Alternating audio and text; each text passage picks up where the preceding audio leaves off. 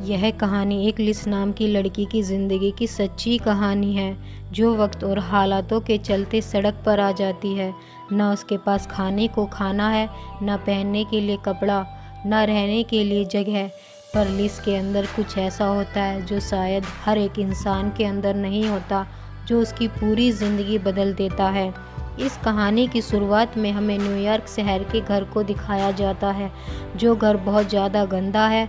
Bathroom इतना गंदा होता है कि वहाँ पर नहाने के लिए बाथ टब के ऊपर बाल्टी लगाकर खड़ा होना पड़ता है, क्योंकि बाथ टब का ड्रेन सिस्टम ख़राब है।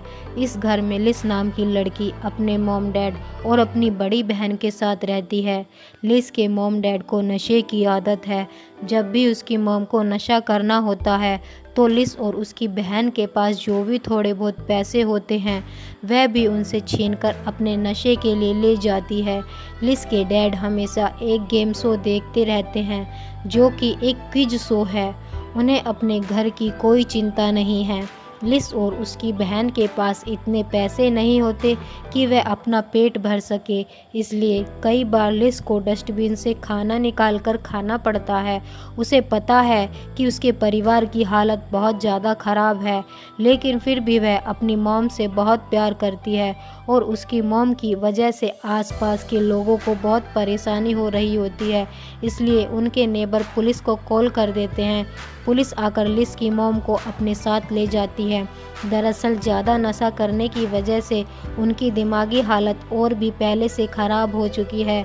लिस नहीं चाहती कि उसकी मॉम उससे दूर जाए, लेकिन पुलिस उनकी मॉम को पकड़कर ले जाती है। लिस की ज़िंदगी में एक भी ऐसी चीज़ नहीं है जिससे उसे खुशी मिल सके।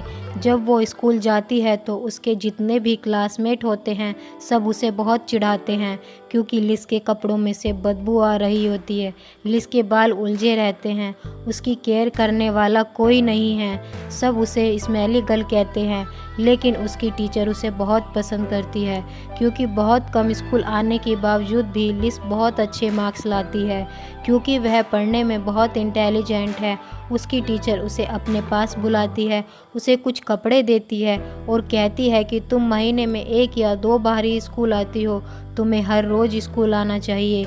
पर लिस अपने घर में बहुत ज़्यादा उलझी हुई है, उसे कुछ अच्छा नहीं लगता।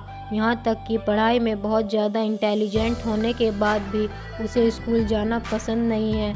कुछ वक्त बीत जाता है और अब उसकी मॉम भी घर वापस आ चुकी है। वो बहुत ज़्यादा शांत होती है, वह भी लिस से बहुत प्यार करती है और अब अपनी बेटी को कहती है कि मुझे बहुत ज़्यादा नशे के इंजेक्शन लेने की वजह से मुझे एक भयानक बीमारी हो गई है जिसका कोई इलाज नहीं है। मुझे नशा छोड़ना होगा और इस घर में रहकर मैं नशा नहीं छोड़ सकती, क्योंकि तुम्हारे डैड भी नशा करते हैं। दरअसल अब वह अपने डैड के घर जाना चाहती है और लिस नहीं चाहती कि उनकी मॉम अपने डैड के घर जाए, क्योंकि उसके जो मैटरनल ग्रैंडफादर होते हैं, यानी कि उसकी मॉम के डैड, वह एक बहुत ही घटिया इंसान है। साथ ही वह अपने डैड को भी अकेला नहीं छोड़ना चाहती, पर लिस की मॉम को यहाँ से जाना पड़ता है। वह अपनी बड़ी बेटी को लेकर अपने डैड के घर चली जाती है। कुछ दिन बीत जाता है और अब लिस को दिखाया जाता है जो पानी के साथ बिस्किट खा रही है। इसका मतलब यह है कि उसके डैड उसके अच्छे से केयर नहीं करते। लिस ने अब पूरी तरह से स्कूल जाना छोड़ दिया है, इसलिए उसकी जो क्लास टीचर होती है वो लिस के घर पर चाइल्ड वेलफेयर सोसाइटी वालों को भेज देती है। और जब वह लिस के घर की कंडीशन को देखते हैं तो फैसला करते हैं कि लिस को अपनी कस्टडी में ले लेंगे। लिस के फादर उन्हें रोकने की बिल्कुल कोशिश नहीं करते, बल्कि वह लिस का सामान लाकर उन्हें दे देते हैं। हालांकि लिस नहीं जाना चाहती, पर उसके डैड के जेस्चर से पता चलता है कि वह नहीं चाहते कि लिस उनके साथ रहे। और अब लिस को एक शेल्टर होम भेज दिया जाता है, जहां पर सब उसको परेशान करते हैं। यहाँ का माहौल बहुत ज़्यादा ख़राब होता है। एक लड़की उसके ऊपर खाना भी गिरा देती है, जो कि बहुत गर्म होता है। सब लिस पर हंसते हैं, पर लिस इन सब चीज़ों से अपने आप को दूर रखती है। कुछ दिन के बाद वह अपनी मॉम से मिलने जाती है। अपनी मॉम को देखकर उसे बहुत खुशी होती है, क्योंकि उसकी मॉम उससे भी पहले से बेहतर दिख रही होती है। उसकी मॉम कहती है कि मैंने हर तरह का नशा छोड़ दिया है। साथ ही उसे यह भी पता चलता है कि जहां पर वह अपने डैड के साथ रहती थी वो घर अब अथॉरिटीज़ ने सीज कर दिया है, क्योंकि उनके फादर ने उनका किराया नहीं दे पा रहे थे। लिस की मॉम कहती है कि तुम्हें अपनी पढ़ाई पर ध्यान देना होगा, जिसके बाद उसकी मॉम उसका एक नए स्कूल में एडमिशन करवा देती है, जहां पर उसकी एक फ्रेंड भी बन जाती है जिसका नाम क्रिश है। आज लिस के ग्रैंडफादर घर पर नहीं होते, इसलिए वह अपने सभी स्कूल के फ्रेंड्स को अपने घर पर इनवाइट करती है और जब शाम को वो अपने सभी दोस्तों के साथ एंजॉय कर रही होती है तभी उसकी मॉम घर पर आती है जो कि नशे में है, यानी कि उसकी मॉम ने झूठ कहा था कि उसने नशा करना छोड़ दिया है। लिस के सभी दोस्त उसका मजाक उड़ाते हैं, लेकिन सबको क्रिस अच्छे से बिहेव करने के लिए कहती है, जिसके बाद सब वहां से चले जाते हैं और अब लिस अपनी मॉम को अच्छे से नहलाकर सुला देती है। जिसके बाद उसकी फ्रेंड क्रिस उसके कमरे में आती है और बताती है कि जब मैं 7 साल की थी तब से मेरे फादर मुझे हैरास करते हैं। जिसके बाद लिस कहती है कि क्यों ना तुम इसी घर में हमारे साथ रह जाओ। यह सुनकर वो बहुत खुश हो जाती है, पर तब तक उसके ग्रैंडफादर आ जाते हैं जो क्रिस को अपने घर से धक्के देकर बाहर निकाल रहे होते हैं। लिस उन्हें ऐसा करने के लिए मना करती है और कहती है कि उसके पास कोई भी अच्छी जगह नहीं है, ये हमारे साथ रह सकती है, पर उसके ग्रैंडफादर उसकी कोई बात नहीं सुनते। जिसके बाद लिस तय करती है कि वह भी इस घर को छोड़ देगी और ये दोनों अपने घरों को छोड़कर एक साथ रहने का फैसला करते हैं। इन दोनों की उम्र मात्र 15 साल है। इनके पास इस बड़ी दुनिया में रहने के लिए कोई जगह नहीं है। कभी कभी यह मेट्रो स्टेशन पर और कभी फुटपाथ पर सोते हैं और कभी कभी चुपके से अपने दोस्तों के घर चले जाते हैं। इनके पास पैसे कमाने का कोई भी जरिया नहीं होता, इसलिए कभी कभी सुपर स्टोर जाकर वे खाने पीने की चीज़ें भी चोरी करते हैं। एक बार फिर लिस अपनी मॉम से मिलने जाती है, जिनकी हालत अब पहले से भी बहुत ज़्यादा ख़राब हो चुकी है। लिस बताती है कि मैं अपनी फ्रेंड्स के साथ रहती हूँ। लिस की मॉम कहती है कि चाहे कुछ भी हो जाए तुम अपनी पढ़ाई मत छोड़ना। इसके बाद लिस वहाँ से चली जाती है।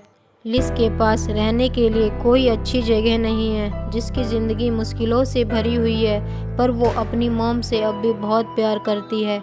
एक दिन वह अपनी मॉम से दोबारा मिलने उस जगह पर जाती है जहाँ पर उसकी मॉम अपने फ्रेंड्स के साथ ड्रिंक करती है, पर वहाँ पर उसकी मॉम नहीं होती। तभी उसे बताया जाता है कि 2 दिन पहले उसकी मॉम की मृत्यु हो चुकी है।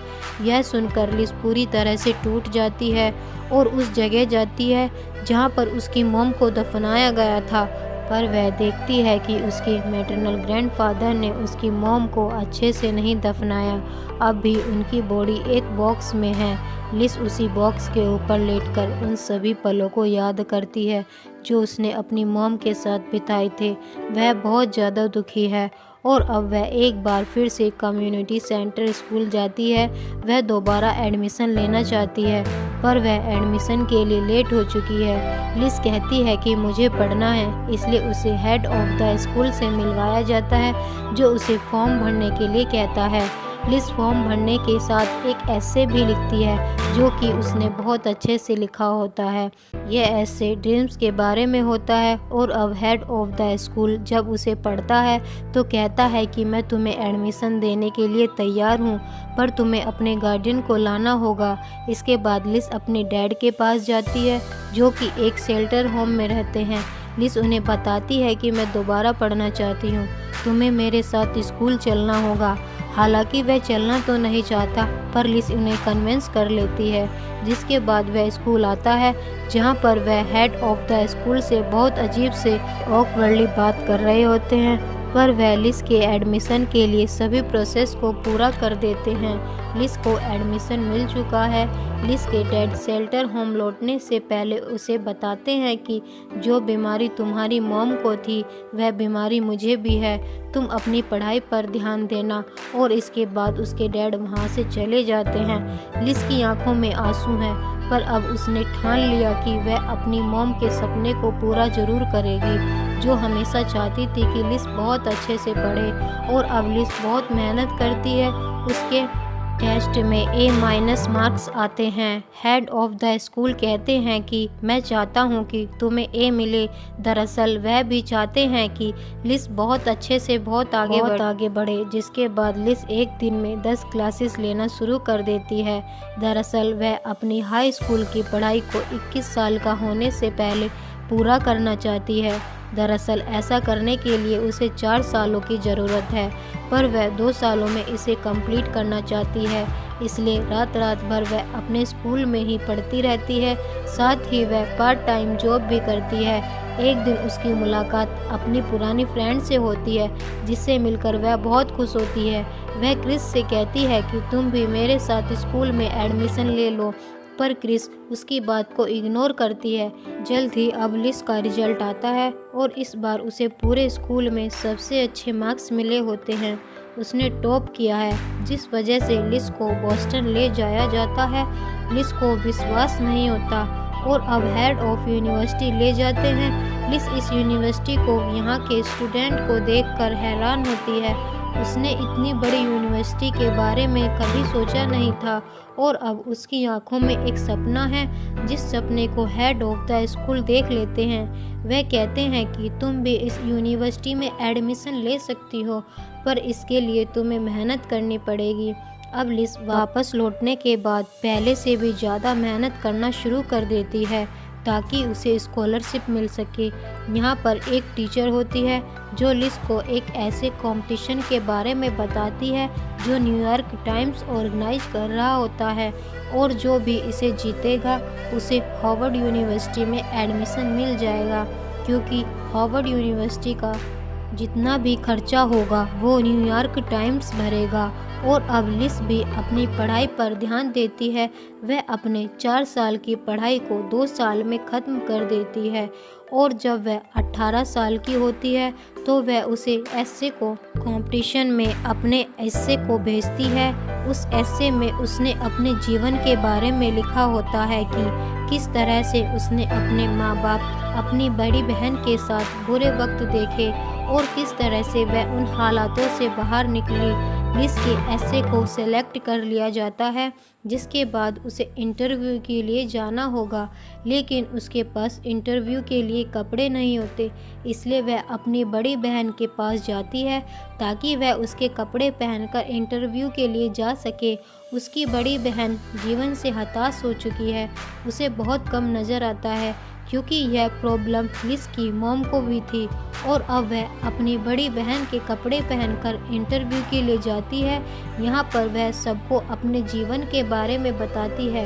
साथ ही लिस बहुत ज़्यादा इंटेलिजेंट है। इसने 4 सालों की पढ़ाई 2 साल में पूरी की है। उसने अपने स्कूल में टॉप किया है।